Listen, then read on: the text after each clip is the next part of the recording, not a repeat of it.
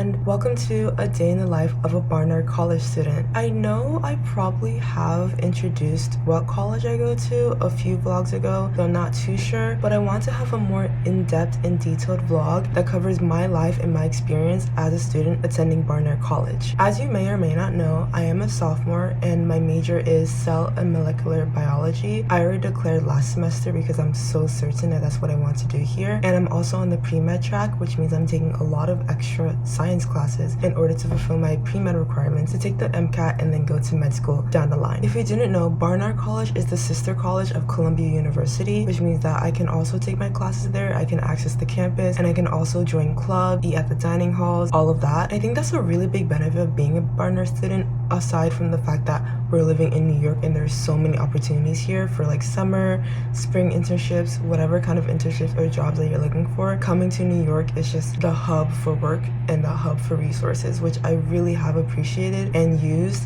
ever since I've came here for college. Today's a bit of a hectic day because I do have 2 midterms within, I think, 2 hours and a half from now. One of them is for my microbiology class, and right after that I have one for psychology. Yesterday I made a cheat sheet for microbiology. Can see I still do have some space at the bottom right here, but I'm not too sure what I want to fill out here because I already wrote down every single thing that I'm most concerned about and the things that I probably won't have time to memorize or articulate as well in my mind on the paper since last night.